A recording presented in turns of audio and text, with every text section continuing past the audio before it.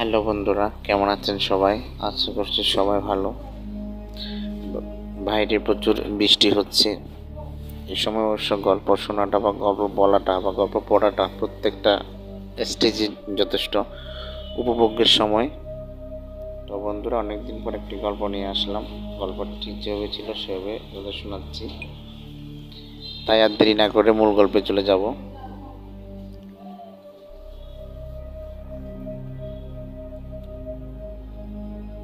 আজকের গল্পটির কাহিনী একটু ভিন্ন ধরনের, বোধহয় ভৌতিক।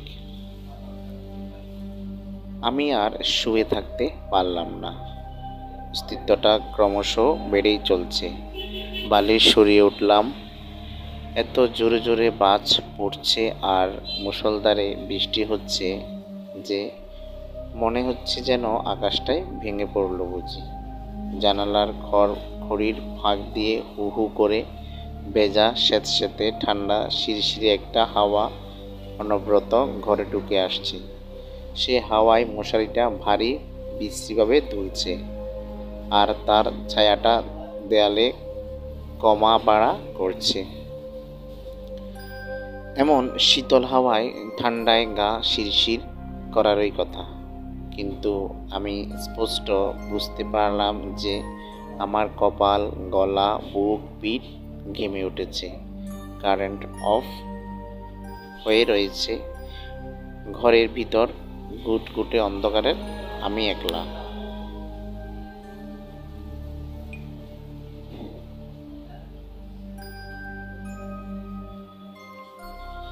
এমন একাকী পরিবেশে সবাই একটু ভয় পাওয়ার কথা।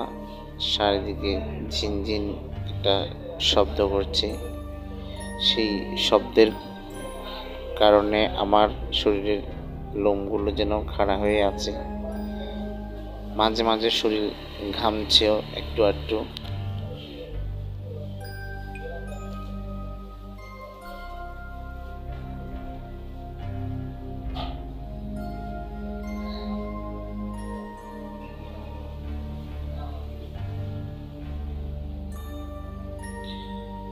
মাত্র 6 মাস হলো এই নতুন বাড়িতে ভাড়া এসেছি আমরা।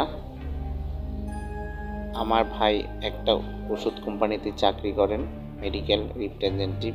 ওষুধের ব্যাগ নিয়ে ওনাকে ডাক্তারের চেম্বারে ঘুরে ঘুরে কোম্পানির নতুন পুরনো সব ওষুধের গুণাগুণ বুঝিয়ে বেড়াতে হয়।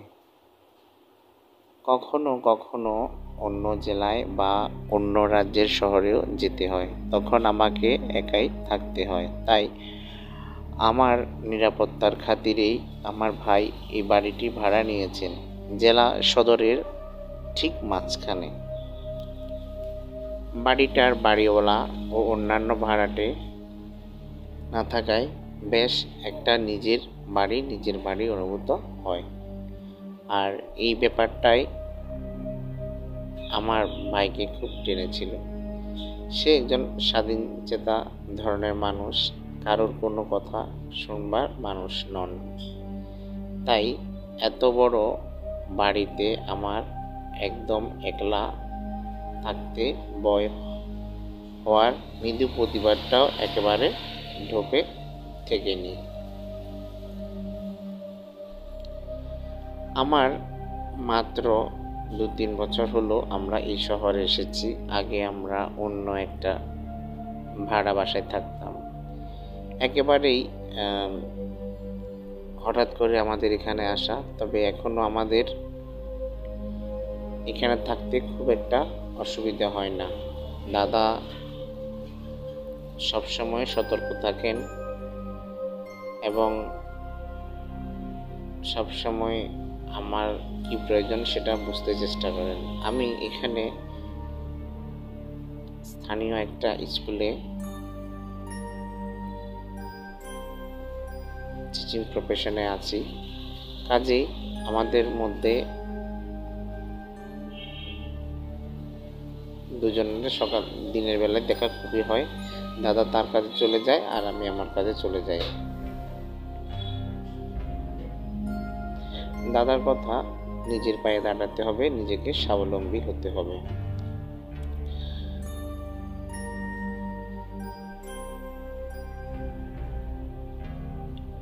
জীবনের এই কেরিয়ারের কথা চিন্তা করে সবসময় এদিক ওদিক ঘুরে বেড়ানোর সেরকম সময় খুব একটা আমাদের হয় না। পড়াশোনা চলে রীতিমতো, সাথে চাকরিও, আর সেই সঙ্গেই চলে ভবিষ্যৎ নিয়ে চিন্তা।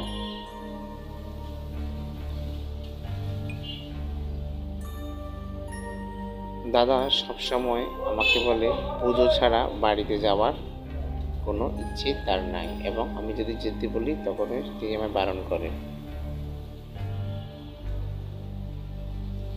ছবি আঁকতে আমি তেমন একটা পারি না, তবে আমার ছবি কেউ আঁকতে দেখলে খুব ভালো লাগে। আসলে আমি কখনো ছবি আঁকা শিখিনি। স্কুল কলেজে যখন ছিলাম তখনও ছবির প্রতি খুব একটা আকর্ষণ ছিল না, কিন্তু এখন বিভিন্ন কাজের জন্য ছবি আমাকে আঁকতে হয়। আমার মূল বিষয়টা ছিল জীবন বিজ্ঞান, সেই বিষয়ে আঁকাআঁকি দেখে দেখে মোটামুটি দাঁড় করেছিলাম, একটু সামান্য শেডিং বাকি। ঠিক সে সময়ে আসলো দাদার ফোন। দাদা বলল, তুই তাড়াতাড়ি খেয়ে নিস, আজ আমার ফিরতে দেরি হবে। আজকে আমরা পুজোর কেনাকাটা করব না, অন্যদিন করব। ফোনে চার্জ বসানো ছিল বলে আমি উঠে গিয়েছিলাম ফোন ধরতে, খাতাটা খোলা ছিল। ফিরে এসে খাতার সামনে বসে চমকে গেলাম। আমি তো শেডিং বাকি রেখেছিলাম, হ্যাঁ সেটা আমার স্পষ্ট মনে আছে, কিন্তু আমার আঁকা মানুষের সংবহনতন্ত্রের স্কেচের প্রতিটা শিরা ধমনীতে লাল নীল পেন্সিলে রং করা আর হৃৎপিণ্ডটা টকটকে গাঢ় লাল। সংশয়ে পড়ে গেলাম। আমি কিছুতেই মনে করতে পারলাম না যে আমি কোনখানে ছবি আঁকা থামিয়েছিলাম, ফোন ধরতে গিয়েছিলাম। এই দিন দুপুরে এমন উল্টোপাল্টা ভাবনা মাথায় বাসছে কেন? আবার দেখলাম না, চোখের ভুল তো নয়। কোনো রকমে খাতাটা বন্ধ করে উঠে পড়লাম। বাইরে সন্ধ্যা ঘন হয়েছে, খুব মশার উৎপাত। এত বড় বাড়িতে একলা আমি। গিয়ে চুপ করে মশারি টাঙিয়ে শুয়ে পড়েছিলাম। আমার খুব জোরে ভাঁজ পড়ল, সঙ্গে বিদ্যুতের ঝলকানি। আমি চমকে উঠলাম। বিদ্যুতের আলোয় ঘরটা এক ঝলকের জন্য জেগে উঠে আবার গভীর অন্ধকারে ডুবে গেল। বৃষ্টির দাপট শুনে মনে হচ্ছে যেন সব ভাসিয়ে নিয়ে যাবে। আমি মনকে শক্ত করতে চাইলাম, ভয়কে প্রশ্রয় দিলেই বাড়তে থাকে। এখন আমি যথেষ্ট বড় হয়েছি, বুঝতে শিখেছি ছোটবেলার মতো ভয় পেলে চলবে না। আমাকে এবার খাট থেকে নেমে আলো জ্বালাতে হবে। মোবাইলটা নিতে গেলাম, ওতে টর্চ আছে, কিন্তু মোবাইলের টর্চটা কিছুতেই জ্বলল না। অধৈর্য হয়ে কলিং বেল বাজছে, আমার হাত পা ভারী হয়ে আসছে। উঠে গিয়ে দরজা খোলার সাহস সঞ্চয় করতে পারছি না। যদি আমার দাদা না হয়ে অন্য কেউ হয়? এবার আমার দাদার চিৎকার শুনতে পেলাম। দাদা দরজা বাড়ি দিয়ে ডাকলো, সারা বাড়ি অন্ধকার করে রেখেছিস কেন? আমি কোনো মতে হাত নাড়তে নাড়তে আসলাম। সুইচে হাত রাখার আগে আলো জ্বলে উঠলো, কারেন্ট এসে গেছে। দৌড়ে গিয়ে আমি দরজা খুলে দেখি দাদা। বললো, এত দেরি করছিস কেন? কি হয়েছে? আর এরকম অন্ধকারে বসছিলি কেন? আমি বললাম, কই দাদা, আপনি বলার সাথে সাথে চলে এলাম। 8টায় আসবো বলেছিলাম, বৃষ্টিতে আধ ঘন্টা দেরি হয়ে গেছে। আমি আর কিছু বললাম না, এভাবে অন্ধকার করে রাখলে বিপদ হতে পারে। আমি দুপুর থেকে ঘটে যাওয়া সব কিছু বললাম সংক্ষেপে, কিন্তু তিনি আমার দিকে এক নজরে তাকিয়ে আছেন। দুজনেই বিজ্ঞান স্টুডেন্ট। কীসব আজগুবি অভিজ্ঞতা, বিশ্বাস করতে কষ্ট হচ্ছে বইকি। এরপরে কয়েকটা দিন পার হয়ে গেল। মনের ভুল ভেবে এরকম ভুলেই গেলাম সেদিনের কথা। আমার পুজোর ছুটি পড়ে গেছে, দাদারও কয়েকদিন ছুটি নিয়েছেন। আমরা কলকাতায় যাব পুজোয়, গোছ কাজ সেরে রেখেছি। ভোরবেলা বের হবো বলে শুয়ে পড়লাম, তাড়াতাড়ি খেয়ে দিয়ে। আমার দাদা আমার দিকে তাকিয়ে বলল, কাল তো আমরা চলে যাচ্ছি। সেদিনের মতোই কাটিয়ে দিলাম। হঠাৎ মাঝরাতে আমার ঘুম ভেঙে গেল। আমার হাতে একটা খুব শীতল স্পর্শ। ঘরের নীল নাইট ল্যাম্পের হালকা আলো দেখলাম দাদা ঘুমাচ্ছে। আমি ঘাট তুলতে চেষ্টা করলাম, বাড়ির পিছন দিকে বাগানের ঝোপঝাড় আছে, সাপ খুব নয়তো সর্বনাশ মনে হতেই উঠে বসে পড়লাম। আমার দাদাকে পিছন দিক থেকে ডাকলাম, দাদা উঠ, দাদা উঠ। আমি বিকট শব্দে চিৎকার করে উঠলাম।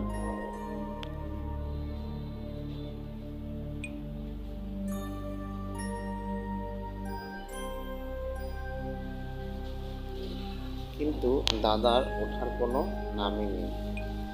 আমি প্রাণপণে চেষ্টা করে যাচ্ছি, কিন্তু দাদা কিছুতেই উঠছে না।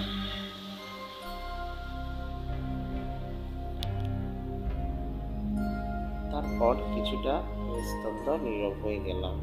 দাদা কি উঠবে না?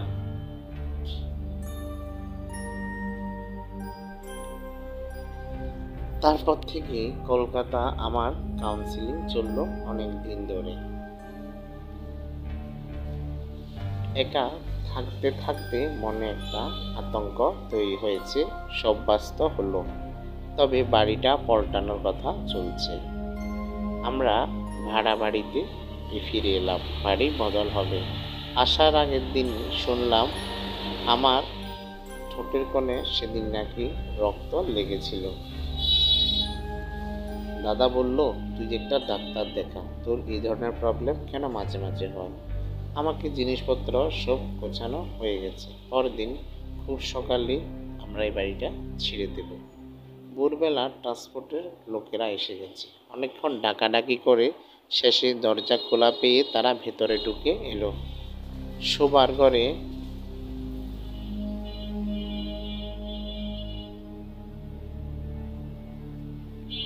দাদাকে মৃত অবস্থায় পাওয়া গেল।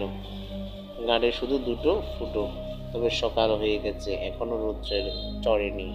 আমি এর সব কিছুই দেখলাম বাড়ির পেছনে লম্বা পেয়ারা গাছটার ঢালে বসে। সে আমার দাদাটা, পাশে যে লোকটা ছিল তাকে আমি ছাড়া কেউ দেখতে পাচ্ছে না। রোদ চড়ে গেলে আমার চোখে কষ্ট হবে, তাই আমি ডানা গুটিয়ে পায়ের নখে পেয়ারা গাছের ডাল উল্টো করে ঝুলে পড়লাম। এভাবেই আমার সময়টি কাটতে লাগলো।